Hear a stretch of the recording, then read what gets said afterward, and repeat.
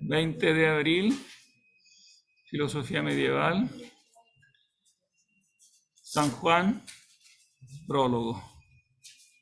Bien.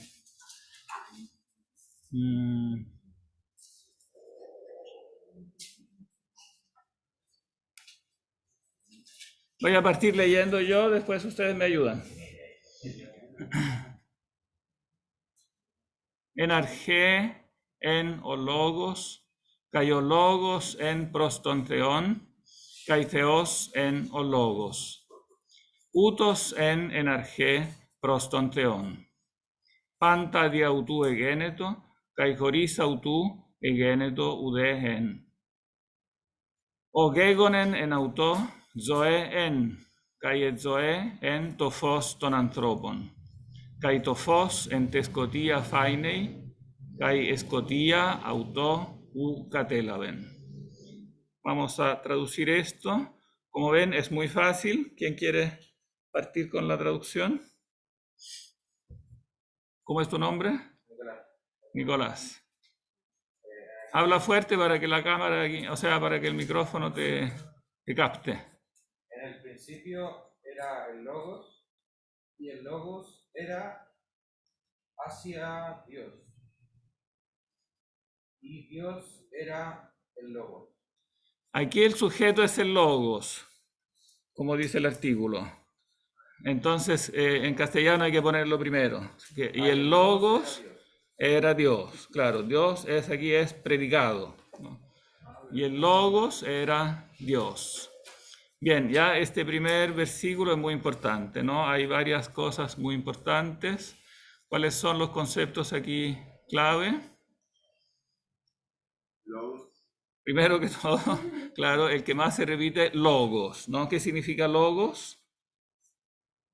Tú en la traducción no lo tradujiste, pusiste en principio era el logos.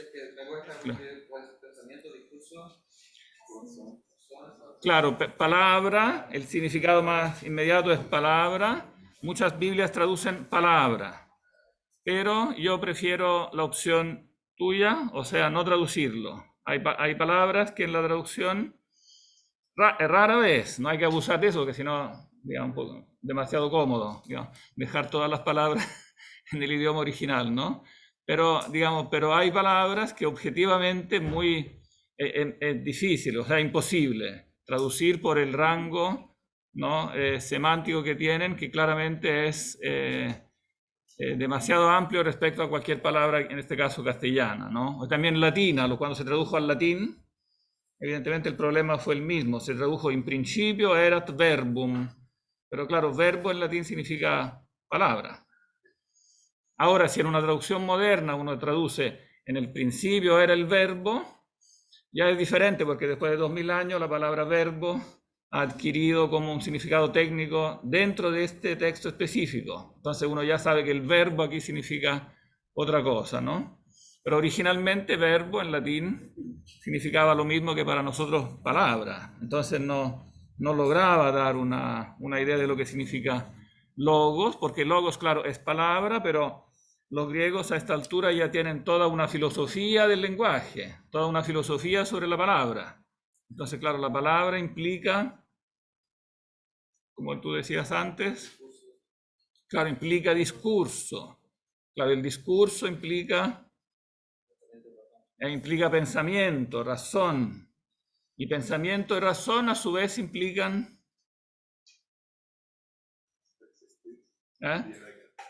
claro, una existencia, un sujeto racional, una inteligencia, ¿no? Un nous.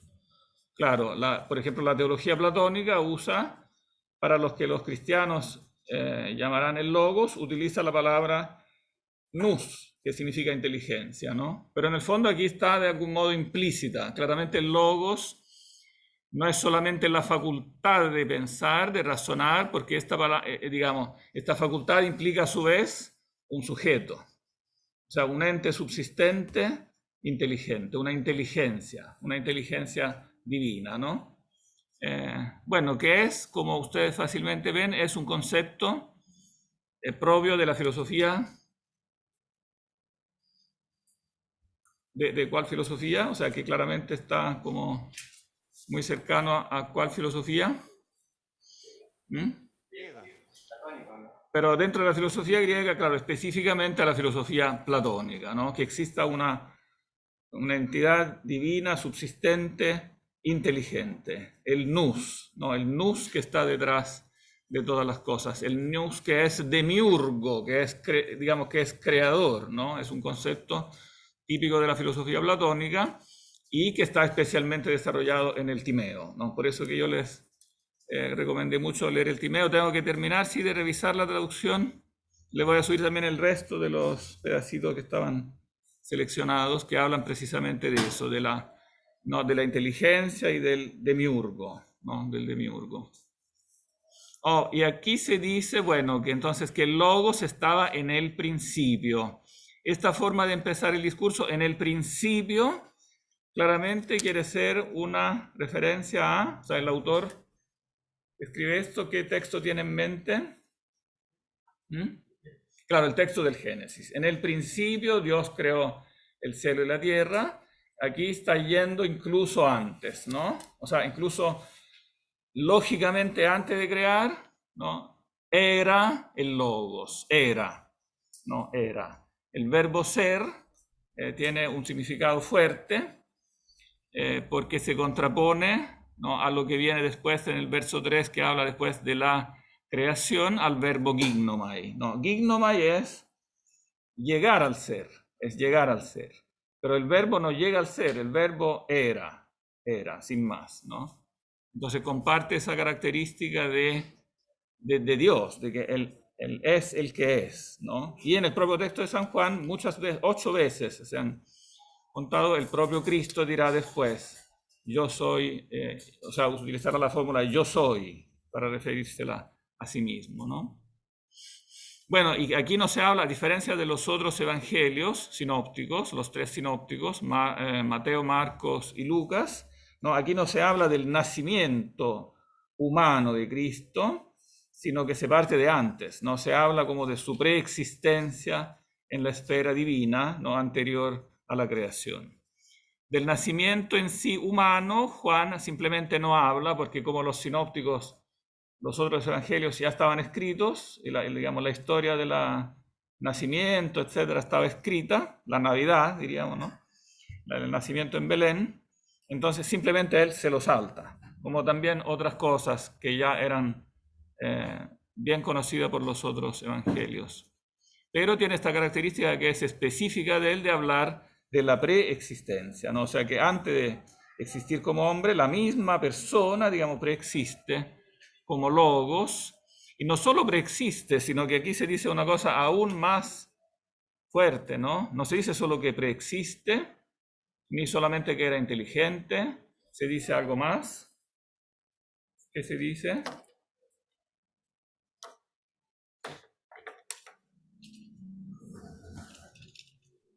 Era Dios. Que era Dios. Claro, se le atribuye directamente el predicado Dios, era Dios, ¿no? Hay que distinguir el predicado Dios del sujeto Dios con artículo, ton teon, o teos, ¿no? Claramente que era hacia el Dios o cerca del Dios. Claro que en castellano no se dice, entonces la Biblia no traduce eso porque en castellano suena raro, el Dios, ¿no? Pero habría que traducirlo, aquí en este caso, forzando un poco el idioma, porque, claro, el Dios, ¿no? Evidentemente le da una característica diferente porque quiere decir el Padre, en definitiva. Es el Dios en cuanto él es el Padre. Él está cerca del Padre. O sea, es Dios, tiene el mismo predicado, pero es otra hipóstasis, o sea, es una subsistencia diferente, como dirá la terminología técnica posterior, que después los latinos traducirán con persona, ¿no? Es otra persona, aún siendo Dios, es otra persona con respecto al Padre, otra entidad subsistente. No persona en el sentido antropomorfo de persona humana, sino que en el sentido de personalidad divina, pero subsistente, de una subsistencia distinta, personal, distinta a la del Padre.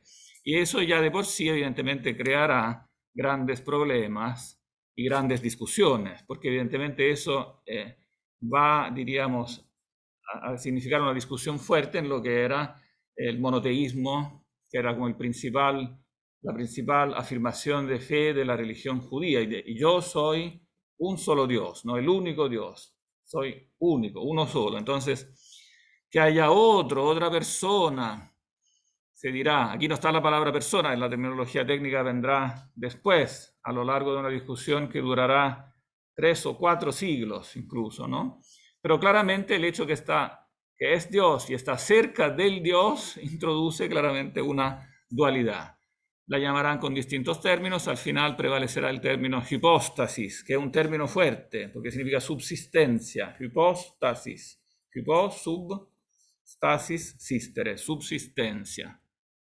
No, bueno, y claramente entonces es una entidad divina que está en el principio, donde principio, claro, es una cita del Génesis que indica un principio cronológico en el principio, pero además arché, a propósito, se está usando un término fuerte propio de la filosofía griega, ¿no? Arché, la búsqueda del arché, del principio, que no es solo cronológico, también es lógico y también ontológico. Claro, es un término lógico, arché, los principios, el principio del razonamiento, pero también es un término ontológico, ¿no? Se buscan los principios de la realidad, ¿no? Que ya lo usan los presocráticos, ¿no? Y después Platón.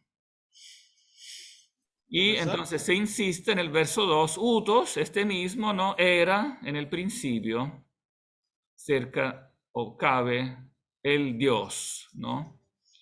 Algunos en español traducen con estaba, pero yo creo que es más correcto traducir era, porque aquí el significado es fuerte del verbo ser, era, ¿no? Existía, no simplemente estaba, así como accidentalmente.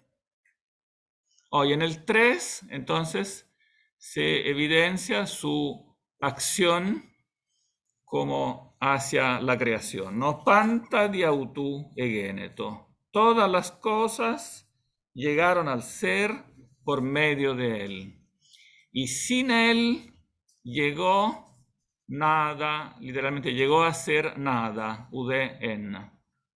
Aquí, como ven el aparato crítico, es importante aquí usar la edición crítica porque el aparato crítico me da las variantes del texto, las variantes manuscritas, ¿no?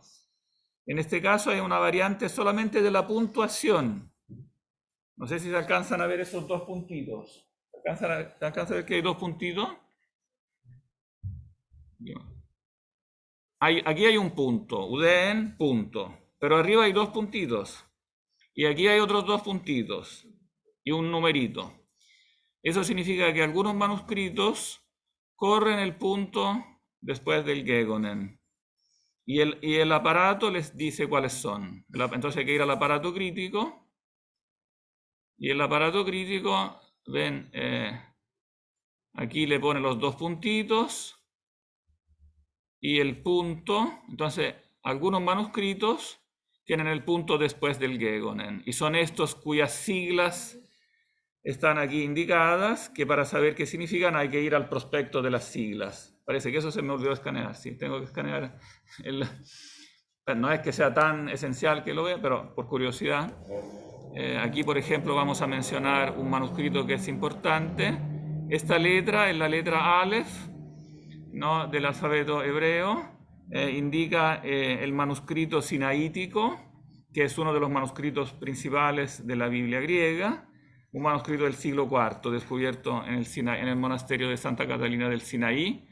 Entonces, uno de los grandes manuscritos, o sea, de los manuscritos fundamentales en los cuales se basa la edición del Nuevo Testamento, que son 4, o 5 en realidad. Son 5 manuscritos indicados por letras mayúsculas, porque son manuscritos en mayúscula, en letra griega mayúscula. Hasta una cierta época se escribió en letra griega mayúscula. Más o menos hasta el siglo VII. Después, a partir del octavo, noveno, se empieza a escribir en minúscula. La escritura griega que ustedes ven en las ediciones modernas, minúscula.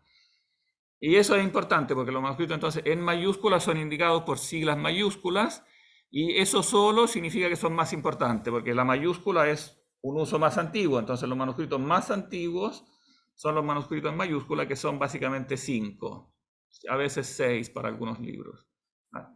¿Alguien tenía una pregunta? La C, una buena pregunta, significa correctus. Significa que es una corrección, o sea, que es una segunda mano que va a corregir. Porque, claro, los manuscritos también hay que decir que los manuscritos en mayúscula, antiguamente no se usaba la puntuación. Se escribía seguido, sin puntuación.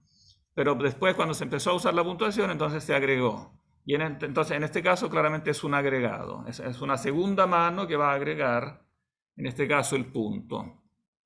¿Por qué el punto? Bueno, después hay, evidentemente... lo otro importante que hay que decir, que... estas letras raras como P gótica también son muy importantes porque la P indica los papiros.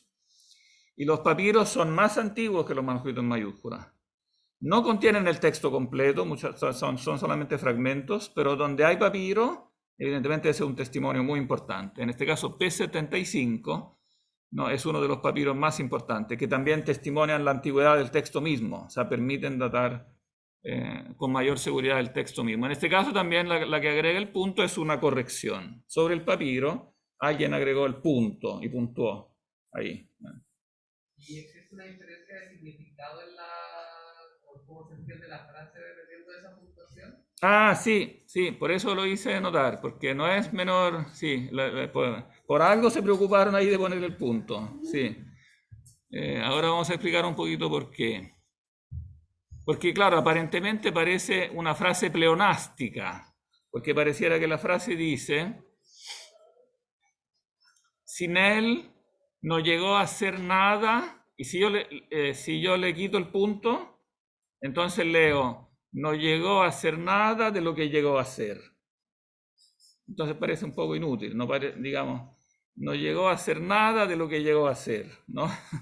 Pero se produjo un problema sobre todo durante el siglo III y IV con la interpretación arriana del texto, porque algunos consideraron que entonces no estaba incluido, o sea, que sí estaba incluido en el llegar a ser también el Espíritu Santo, la tercera persona de la Trinidad, en una visión que veía como una visión llamada por los modernos subordinacionista, que veía el Hijo como inferior al Padre y el Espíritu Santo como aún inferior al Hijo.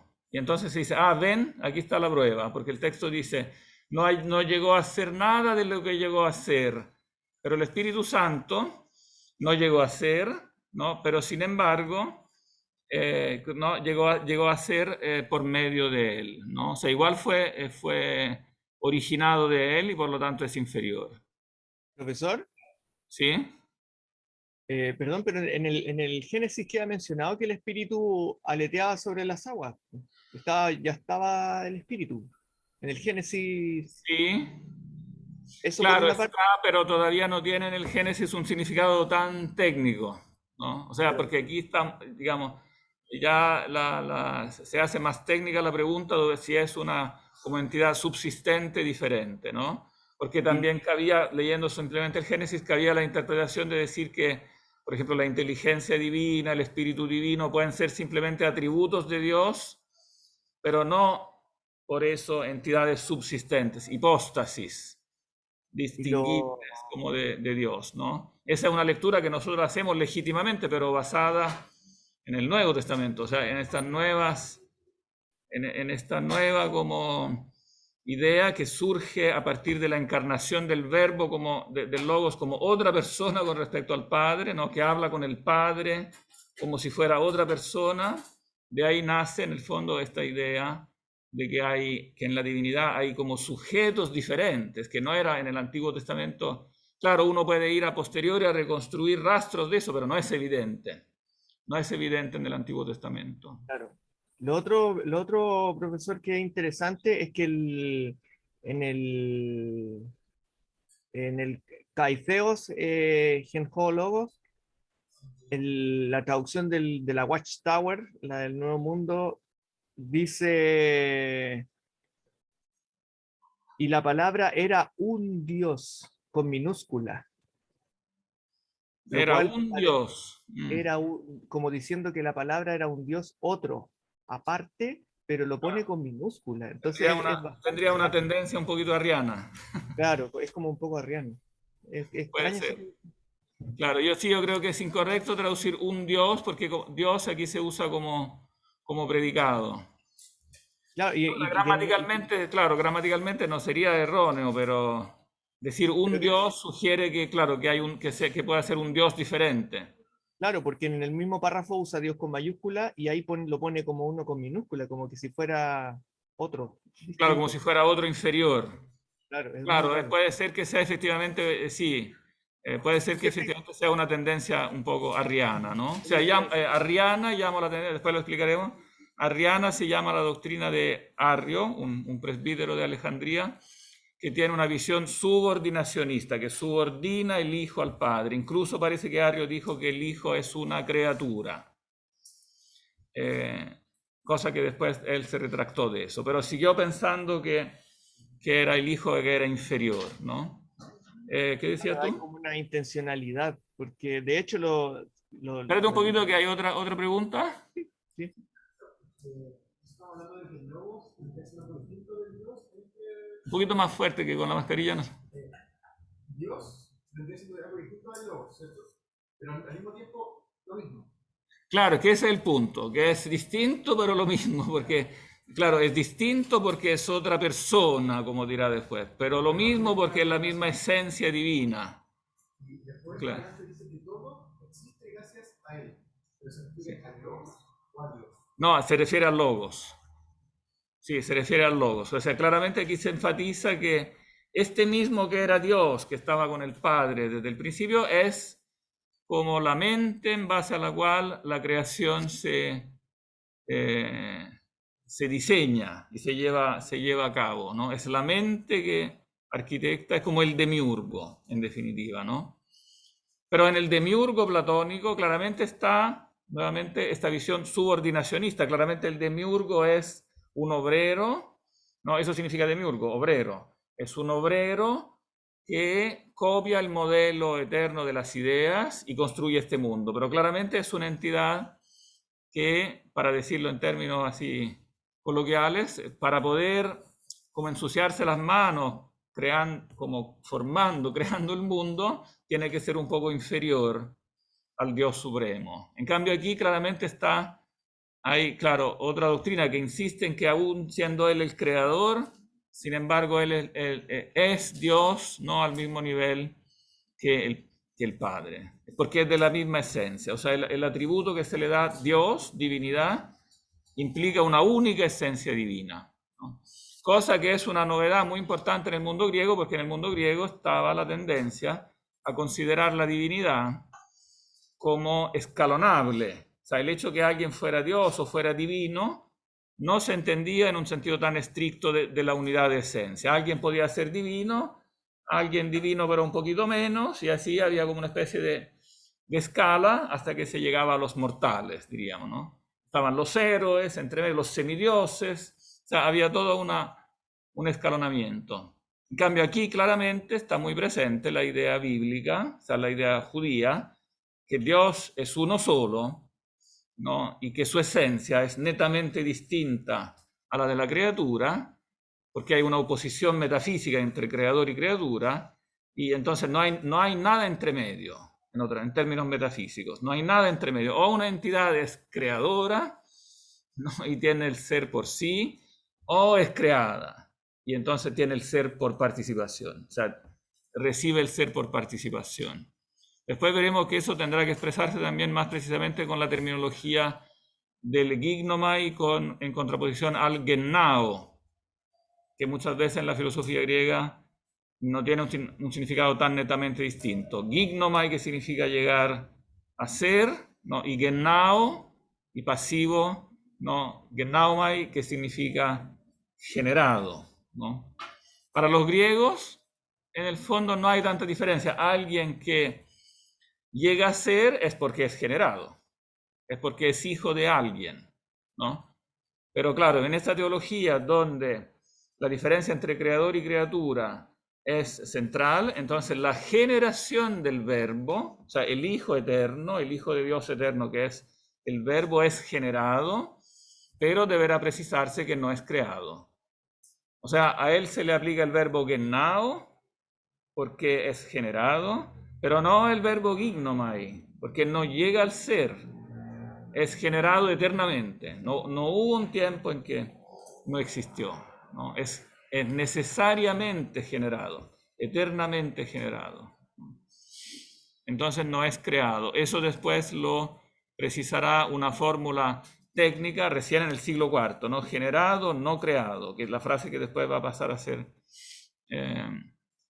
parte del credo, digamos, técnicamente parte del credo. Gennetenta u poietenta. Gennetenta con doble ni. Gennetenta, para distinguirlo del genetenta, que sería de gignomai.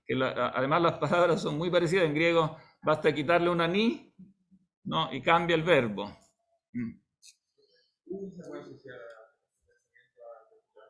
¿Cómo?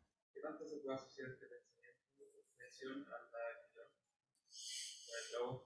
Ah, sí, claramente hay una asociación, ¿no? O sea, claramente, no es que tengamos documentos directos de que el autor del cuarto evangelio haya leído a Filón, pero yo creo que lo podemos fácilmente suponer, digamos. O sea, claramente hay un nexo, ¿no? Porque está toda esta reflexión en la cual Filón tomaba esta idea griega platónica, digamos, del logos, y se la aplicaba al Dios de la Biblia. O sea, es parte integrante de la interpretación que Filón daba del Génesis.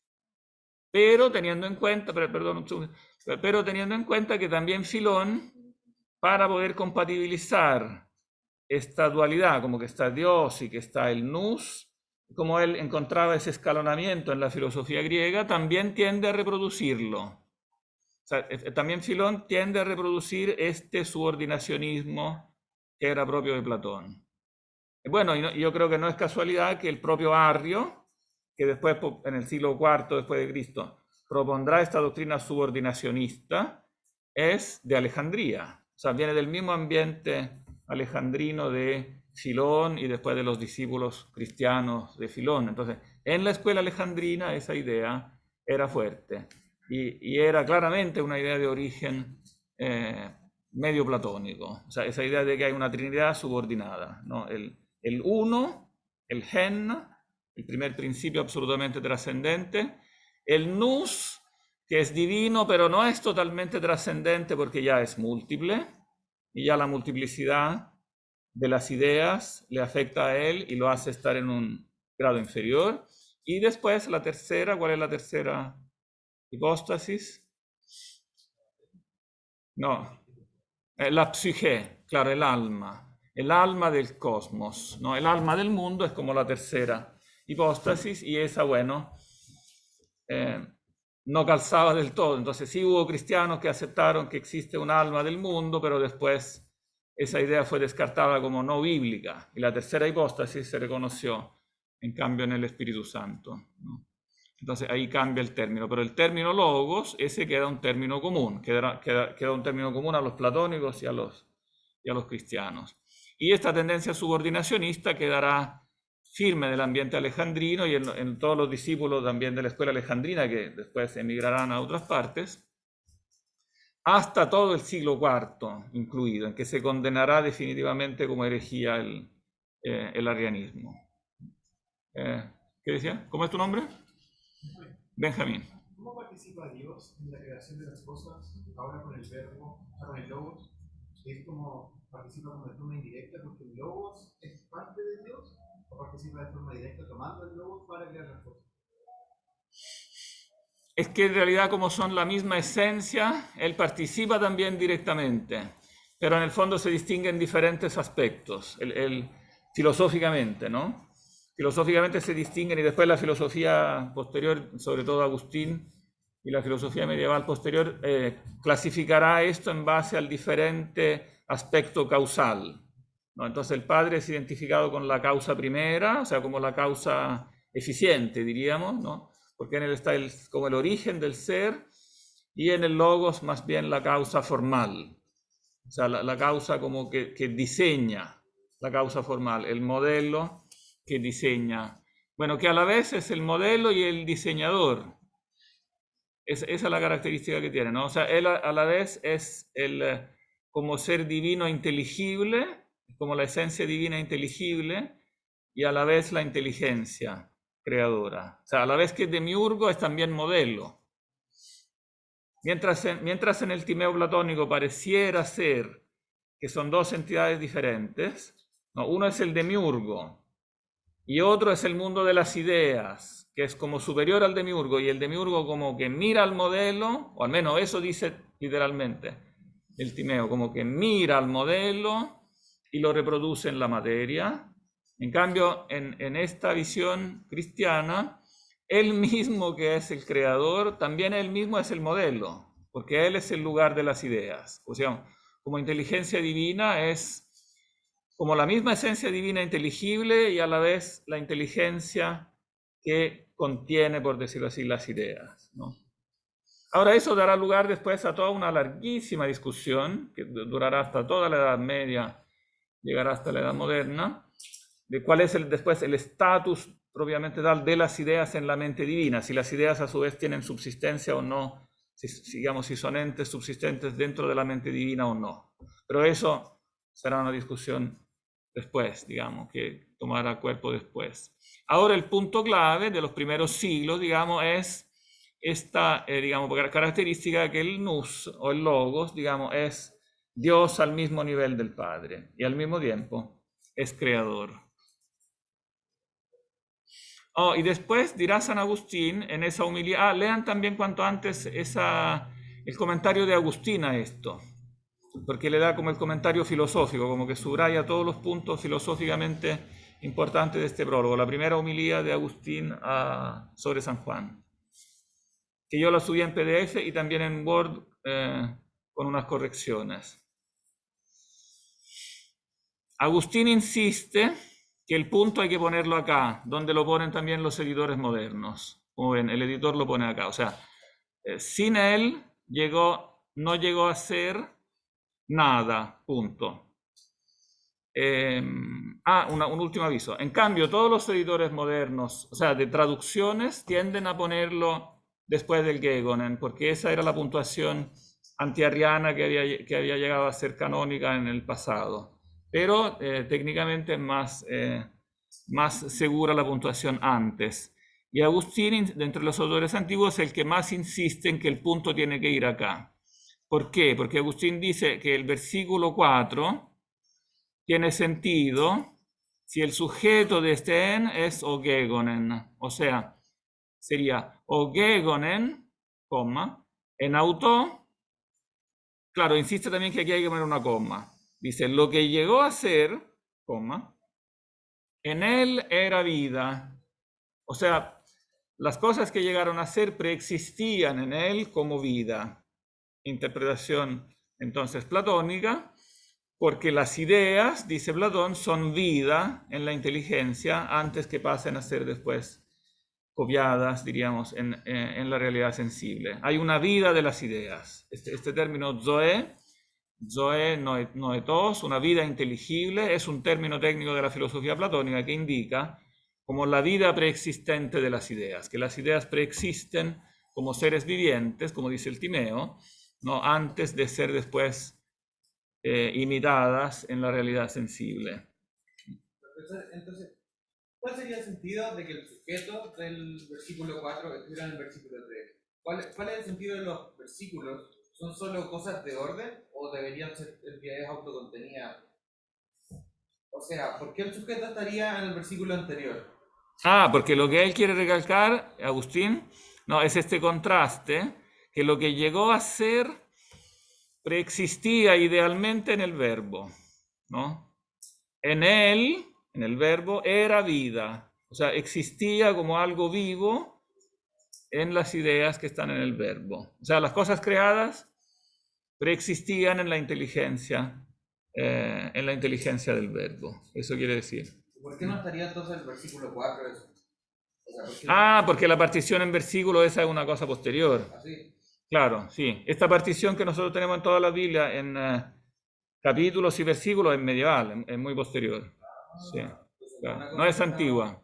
No, es una cosa de comodidad moderna, un invento entre medieval y moderno. No sé exactamente el siglo, yo creo que se introdujo como ya terminando la Edad Media, empezando la Edad Moderna. Yo creo que poco antes de la invención de la prensa, cuando se empezó a imprimir, se encontró también muy cómodo numerar, ¿no? Numerar capítulos y versos, pero los antiguos no numeraban. No estaba eso tan numerado. Bueno, como también los números que ustedes encuentran en Platón, ¿no? Son números modernos, que se insertaron en el siglo XVI, XV, XVI. Pero son números muy cómodos porque son números estándar, ¿no? O sea, tal como el número de Platón, son iguales en todas las ediciones. Así los versículos, ¿no? Y los capítulos de la Biblia son estándar, son iguales en toda la Biblia, salvo divergencia por casos puntuales, ¿no? Lo que sí es absolutamente contemporáneo, mucho más cercano a nosotros, y yo creo absolutamente inútil y erróneo, es agregarle esos títulos que le agregan en las Biblias, que le ponen título a los capítulos, e incluso rompen los capítulos para ponerle subtítulos. Y la gran mayoría de los lectores que no saben, se imaginan que eso es texto bíblico, porque no había, o sea, cuando el editor de un texto publica un texto y le agrega algo, debería avisar. Que no, si agrega algo que no es, debería ponerle por lo menos paréntesis cuadrado. En cambio, los editores de la Biblia han dado en inventar todos los títulos que se le ocurre y ponerlo ahí entre medio, queriendo explicarle al lector lo que ellos entendieron, pero que a lo mejor entendieron también al revés. Profesor, ¿Sí? dos cosas respecto de Hegel. Una, que con los textos de Hegel hacen eso, de meterle los editores títulos, pero se lo meten en corchete. Y lo otro es que algunos, claro. Que yo sepa, la gran mayoría no le ponen corchete, no, tiran los títulos nomás. Por lo menos además rompen el texto como se le ocurre a ellos. O sea, como que aquí termina esto y empieza otro. Y a veces tiene sentido, a veces no tiene ningún sentido. Entonces, como que influyen indebidamente en la lectura del texto, ¿no? Y lo otro que podría ser interesante relacionar es el tema de cómo Hegel en la ciencia de la lógica empieza diciendo que va a hablar acerca de lo que había en la mente de Dios antes de la creación. Entonces, habla de las ideas y de las esencias como que la lógica, como ciencia del logos, fuera una ciencia previa a la creación. Es como algo, no sé si anecdótico o pareciera... Claro, no, sí, es interesante en el sentido que es una indicación de cómo, digamos, estas ideas platónicas también como fueron resucitadas, o sea, continuadas, ¿no? Claramente en el idealismo alemán. Bien.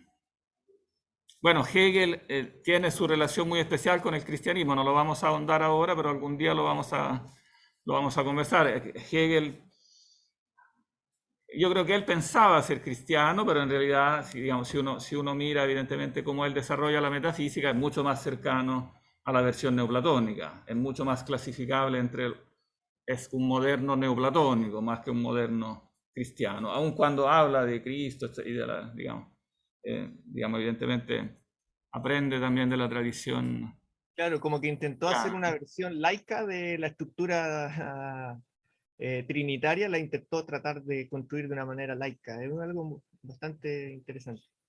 Y yo diría más específicamente que laica de manera alejandrina, digamos. Hegel, en definitiva, en eso digamos, un desarrollo de los alejandrinos y los lleva a ciertas consecuencias más extremas, donde los alejandrinos no habían llegado, pero sus premisas efectivamente llevaban finalmente. Él fue coherente en desarrollar ciertas premisas neoplatónicas alejandrinas hasta las extremas consecuencias que lamentablemente son desastrosas.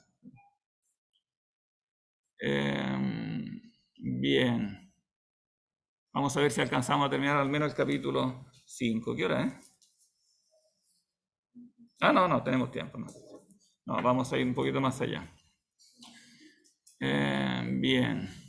Y después siempre sigo lo que dice Agustín, que me parece aquí fundamental.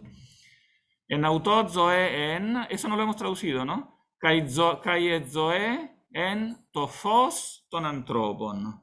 Otra afirmación fundamental, ¿quién la quiere traducir? Kai et zoe en to phos ton anthropon. Más fácil que esto, como ven, no podría ser la construcción gramatical, ¿no? Kai et zoe. Y la vida era la luz de los hombres. Claro, y la vida era la luz de los hombres, la luz de los hombres. ¿Qué significa esto en términos filosóficos? Explica Agustín en esa homilía, que esta vida inteligible de las ideas, ¿no? O sea, esta inteligencia que estaba en la mente divina, a su vez ilumina la mente de los hombres. Era la luz que ilumina, era la luz de los hombres, era la luz que ilumina la mente humana, ¿no?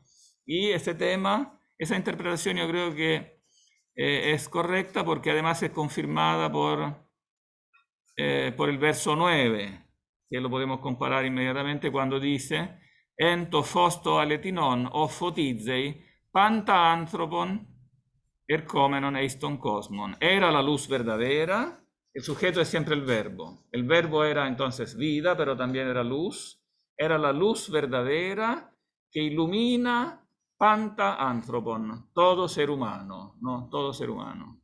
Tiene que ver con lo que vimos en el libro de la sabiduría, con la de que esta sabiduría que llega desde la divinidad a que nos lo enseñarnos la verdad. Exactamente, claro. Eso lo explica muy bien el libro de la sabiduría, sobre todo en el capítulo 6 y 7, sobre todo, que también dice, una como emanación de la luz eterna, y después viene, claro, a cohabitar con los hombres, ¿no? Viene como a iluminar a los hombres, ¿sí? ¿No lo dice en un sentido hereditario, como lo diría como un padre a un hijo? ¿Cómo, en qué sentido hereditario? La división de la inteligencia. No entiendo bien, ¿por qué dices La luz que hereditario? ilumina a los hombres, como la inteligencia en el hombre, no se dice en un sentido hereditario, como que Dios lo hereda a los hombres. No, porque esta metáfora de la herencia la aplica después a un concepto un poco diferente, que lo veremos a continuación. Está ese concepto de la herencia, pero se lo reserva para explicar otro tema que es como adicional y que es todavía más importante. Porque la herencia implica la herencia que Dios después le da al ser humano, implicará, como lo dirá a continuación esta misma página, implica que el hombre es como asumido al mismo estatus de Dios. Porque herencia implica cuando el hijo hereda el patrimonio del padre, pero hereda también el estatus, diríamos el estatus social, del padre, ¿no?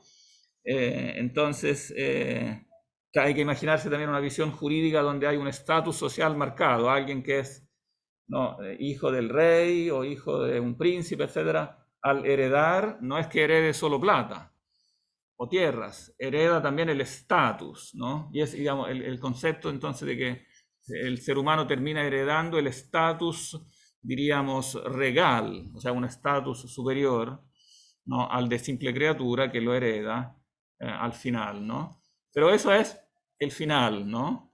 Pero de partida, de fábrica, el ser humano junto con el ser y la vida también recibe la inteligencia, recibe la luz de la inteligencia. Por eso dice, ilumina todo ser humano, y Agustín y después toda la filosofía cristiana insistirá mucho en este panta. O sea, ilumina todo ser humano, significa que es algo por creación. No es distinto de lo que después se llamará la iluminación sobrenatural, que viene por la gracia. Esta es una iluminación por creación, entonces indica la luz natural de la mente, que ya los filósofos griegos habían descubierto, ¿no? La luz natural de la mente, y ustedes la leyeron en un famosísimo texto platónico, donde se habla que yo quiero poner en esta famosa antología que estoy tratando de armar. Pero ustedes en una página que seguramente leyeron, donde se habla de eso, de la luz de la mente, de la luz que ilumina la mente humana, con esta precisa metáfora de la luz, ¿no? ¿Ah? Claro, en la famosa alegoría del sol, ¿no? Por algo la alegoría es del sol, la idea primera, ¿no? La idea suprema, la forma del bien. Por eso se compara al sol, ¿no? Porque el sol tiene una doble, en la naturaleza tiene una doble función: dar la vida, o sea, las cosas, las plantas, los animales, etcétera, tienen vida por el sol, pero además son iluminados. Entonces está esa doble acción. Así, la idea del bien en el mundo metafísico es el origen, la causa eficiente de las cosas, pero también es lo que ilumina la mente humana. Lo que ilumina la mente humana. Entonces, lo que ilumina la mente humana es una luz que es análoga, dice en esa misma página Platón, que es análoga a la idea del bien, ¿no? Que es, usa una palabra curiosa, que es un retoño. Dice, es un retoño del bien, ¿no? Dice Sócrates ahí, y yo no soy capaz de hablar del bien en forma directa porque el bien es demasiado alto, tiene un estatus divino, digamos, demasiado elevado, trascendente, pero les voy a hablar del retoño, o sea, de una derivación, de algo generado de esa idea suprema, de esa forma suprema, pero que es análogo, usa esa palabra misma en griego, análogon, es análogon, o sea, es una luz refleja, diríamos, pero que emana de la inteligencia suprema, de la entidad suprema, y esta luz análoga al bien es aquella luz que ilumina la mente humana, ¿no? Que evidentemente es muy importante, ¿no? Porque indica una causalidad diferente. O sea, si bien de la idea del bien viene todo, el ser de las cosas y la inteligencia, pero el ser de las cosas es distinto a la inteligencia. Son dos planos del ser distintos que Platón ha descubierto y ha distinguido, ¿no? Entonces es muy importante hacer esta distinción.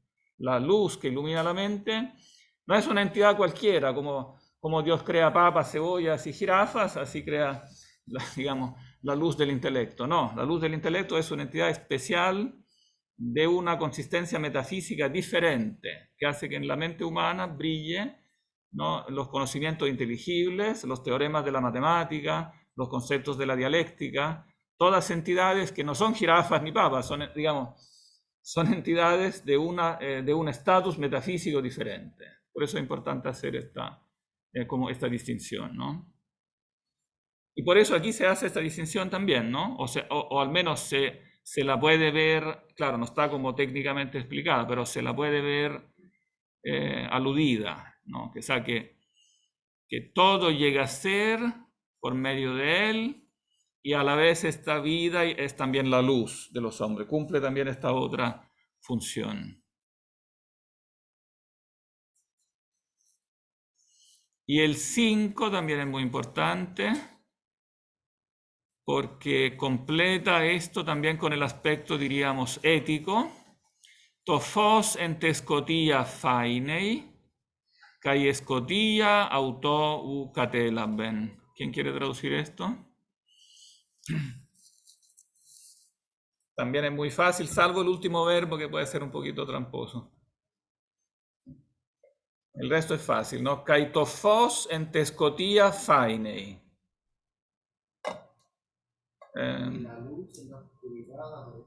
Claro, la luz aparece, fainei, en la oscuridad.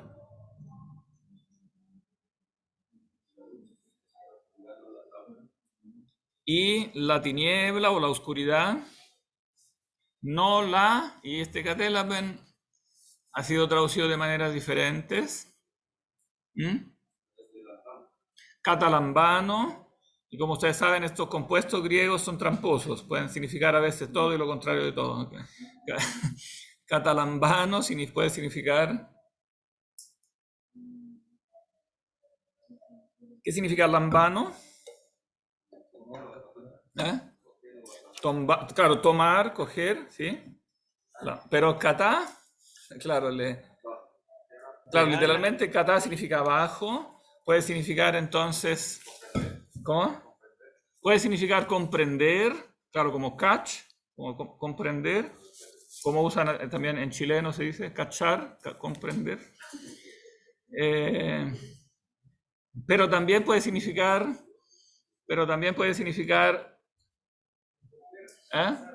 Claro, agarrar en el sentido de atajar, entonces también en el sentido de capturar, ¿sabes? En un sentido militar, como conquistar. Entonces podría significar la tiniebla no la venció, no la conquistó, o también no la acogió, que son significados bastante diferentes. Claro, lo que pasa, profesor, es que comprender también implica la palabra, esa palabra implica el abrazar perimetralmente, po. Algo está comprendido cuando está Claro, cubierto perimetralmente. abrazar. Claro, como se comprende es lo que comprende un territorio, por ejemplo. Es Sí, algo perimetral. claro.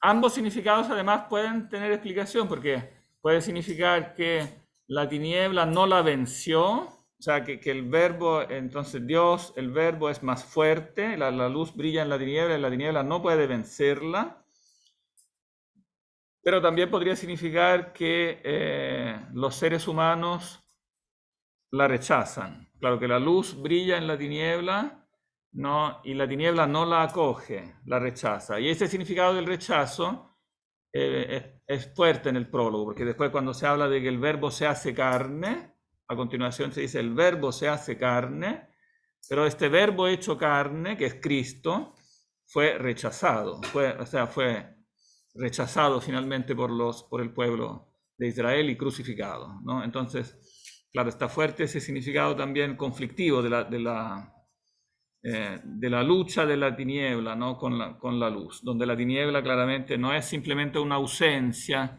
sino que es una opción mala, ¿no? O sea, una opción por el mal. Entonces la tiniebla quedaría directamente conectada a la decisión de los seres humanos como la libertad de elegir rechazar a Dios o ir contra Dios. Claro, claro, y en el resto del texto eso es claro, aparece claramente. Esta lo podemos anticipar ya al tiro. Está aquí en el verso. Bueno, podría decirse que como está después, no era necesario que estuviera antes. También vale el argumento inverso. O sea, podría no haber sido necesario, podría tener primero el significado de que simplemente brilla en la tiniebla y la tiniebla no puede vencerla, ¿no? Y después se pasa a agregar ese otro concepto que el libre albedrío de los hombres lo rechazó, porque eso se dice explícitamente con otro compuesto de lambano, para lambano. No, y aquí claramente tiene ese significado, o sea, los suyos, no, entocosmo en, caiocosmo, el sujeto es siempre la luz. Era la luz verdadera, la que ilumina a todo ser humano, la que venía al mundo. Era en el mundo y el mundo había sido hecho por medio de él. Bueno, pues aquí vuelve a ser masculino porque se refiere al verbo, por medio de él. Y el mundo no lo conoció o no lo reconoció. Vino a las cosas suyas, taidia, neutro plural, porque es todo el universo.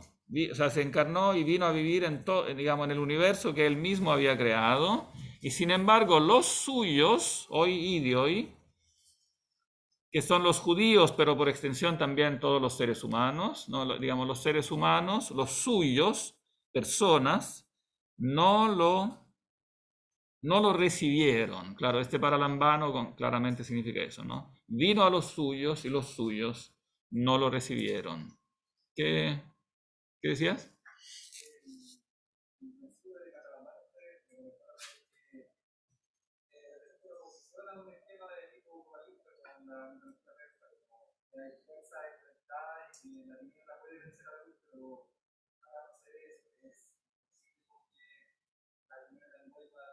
Ah, claro, claro, sí. Muy importante eso que dice Agustín, sí. Claro, yo me inclino, ya lo dije, pero lo voy a precisar más con esta precisión que agregó Agustín.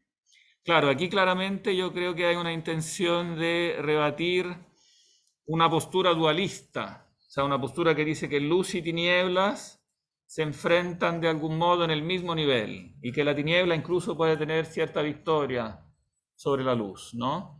Que es propio también de la visión dualista iraniana, persa, ¿no? En cambio aquí, claro, hay luz y tiniebla, pero claramente la luz está en un plano superior. La luz brilla y entonces vence la tiniebla y la tiniebla no puede vencerla. Por eso sí yo me inclino decisamente a traducir este catelaben como vencer, conquistar, vencer. La tiniebla no puede vencerla, ¿no? A pesar de que el libre albedrío humano puede rechazar la luz, pero eso no equivale a vencerla, digamos, es un plano diferente. El que rechaza la luz se queda a oscuras, pero no es que la luz pierda, es uno el que pierde, uno el que pierde. Si yo cierro la puerta, digamos, claro, puedo excluir la luz, pero no es la luz que pierde, soy yo. Soy yo el que pierde si me quedo a oscuras, ¿no?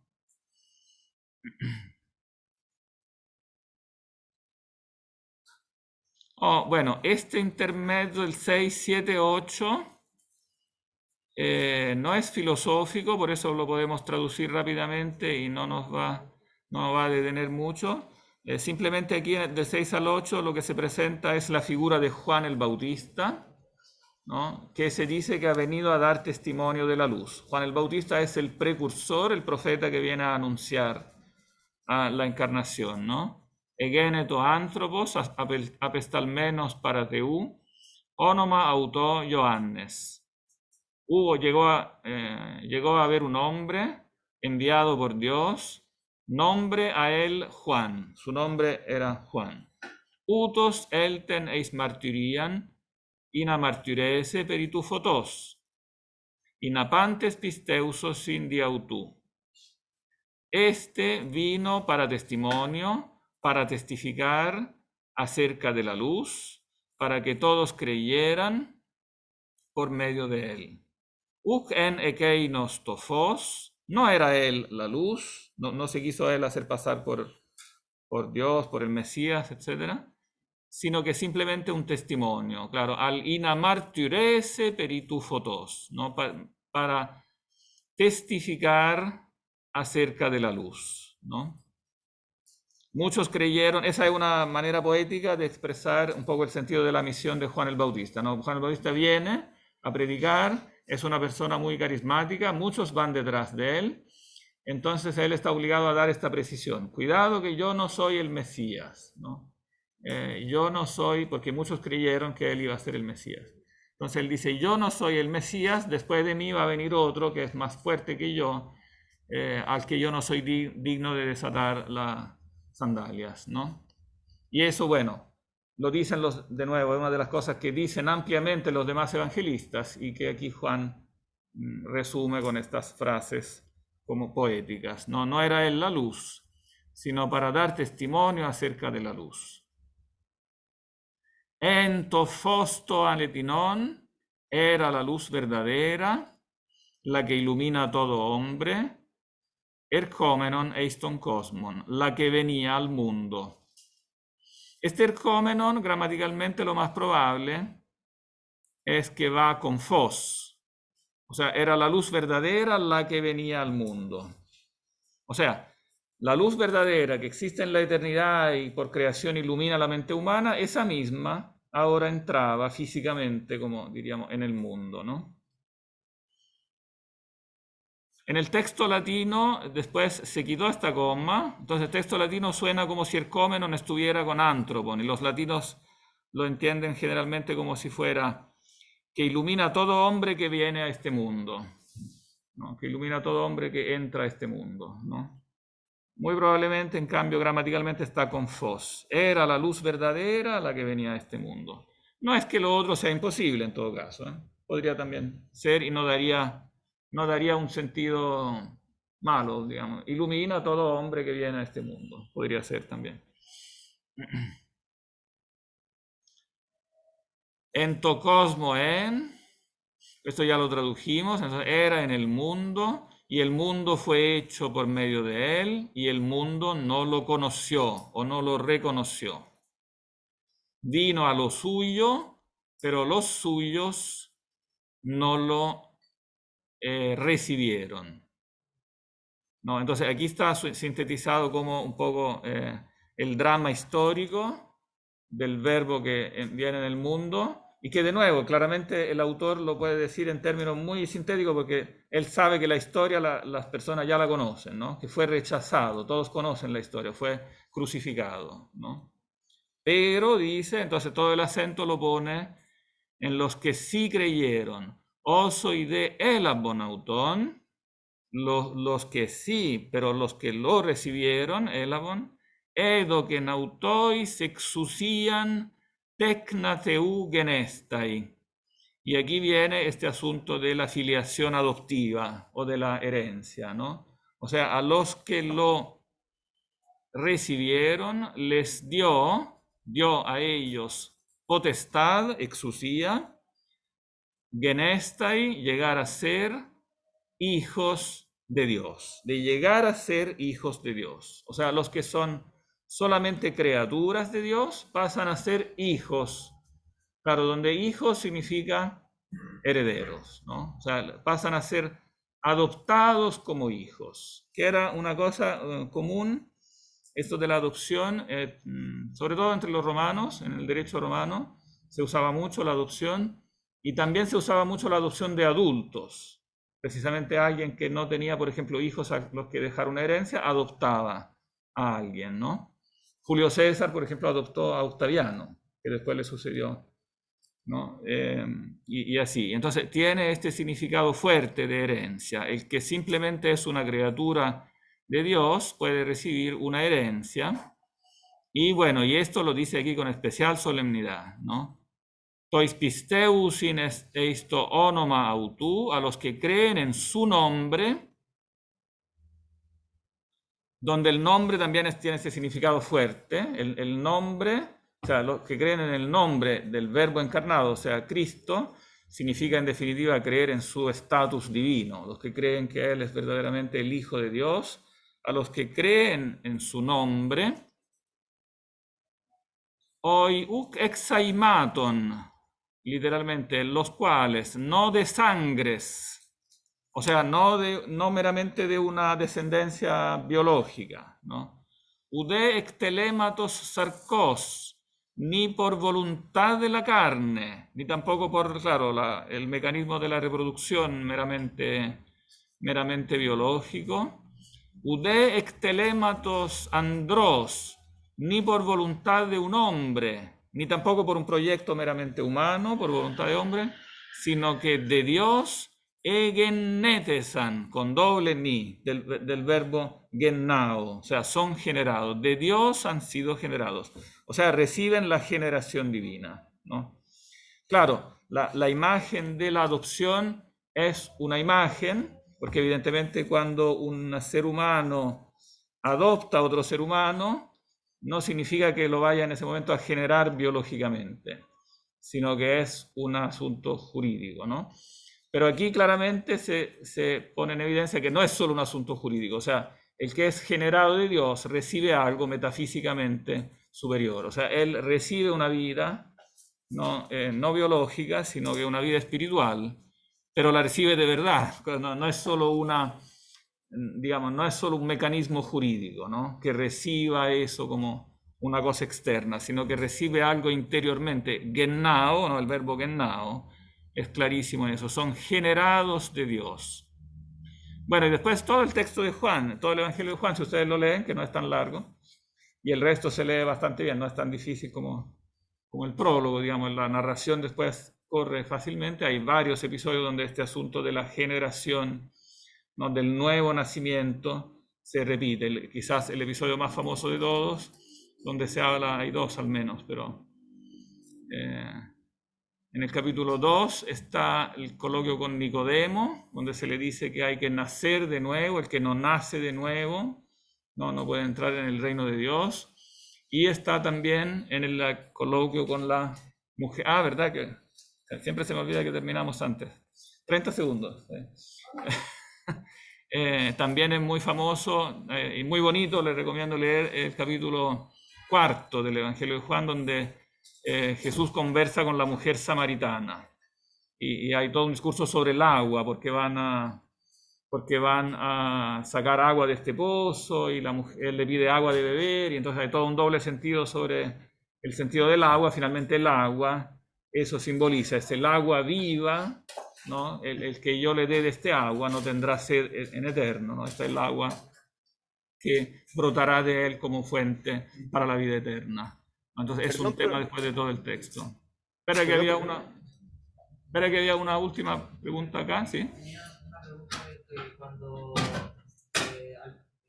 decía la parte cuando el Hijo de Dios es rechazado por los suyos, en ese contexto del suyo, o sea, al Hijo de Dios se le atribuye como un valor de criatura, o a los suyos como un valor de que también pueden ser hijos de Dios. Una similitud entre el Hijo de Dios y la restantes personas. Es que yo diría que aquí hay un doble sentido. Son los suyos porque son sus criaturas, pero también son los suyos porque son sus compatriotas, porque son los judíos, y también porque son sus congéneres, porque son los humanos en general. Hay como un triple sentido. Pero solo en ese lapso de tiempo son como compatriotas. Solo en el momento cuando Dios es carne. O sea, No, porque lo específico, lo característico de la doctrina de la encarnación es que la encarnación es definitiva. El verbo se encarna, como dirá en el verso 14, y esta encarnación no es temporánea, es definitiva. Él se encarna y esa carne la conserva para siempre. Después muere, después resucita, pero con la misma carne.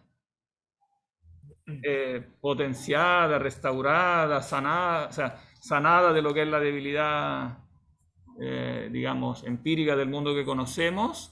Una carne, si tú quieres, restaurada, pero siempre es la misma carne. Se insiste que es la misma carne. Metan los dedos, en todos los relatos de la resurrección se insiste en eso. Metan los dedos en las llagas, comen juntos. Hacen toda una serie de acciones que claramente quieren evidenciar lo físico, que es la misma carne. Soy yo mismo, no soy un fantasma. Sí, sí. no se considera a los suyos como iguales a él en sentido estricto de la palabra igual. Sí, en cuanto ser humano, en cuanto hombre, es estrictamente igual a los seres humanos. No es un semidios. Digamos, ese es el punto fundamental, que el hecho de que tenga naturaleza divina y naturaleza humana no significa que las dos naturalezas se mezclen para formar un híbrido, un héroe, un semidios. No, significa que las dos naturalezas, aún en la misma persona, se mantienen distintas. Por lo tanto, en cuanto a estatus de ser humano, es exactamente el mismo estatus de ser humano, sí. Bien. Vamos a tener que dejarlo aquí. Profesor, perdón, ¿cuál era la palabra que relacionaba con herencia? La adopción. ¿Y en griego? En griego la palabra que se usa como adopción, no me acuerdo, creo que se usa más de una. Eso lo usa sobre todo Pablo. En las cartas paulinas se habla de eso, de la adopción. Pero no me acuerdo ahora exactamente la palabra. Ahí habría que revisarla. Bien. Voy a dejar de grabar. Bien, gracias. ¿Y tú? Bien, ¿le llegó el timeo? Espérate que voy a detener la grabación.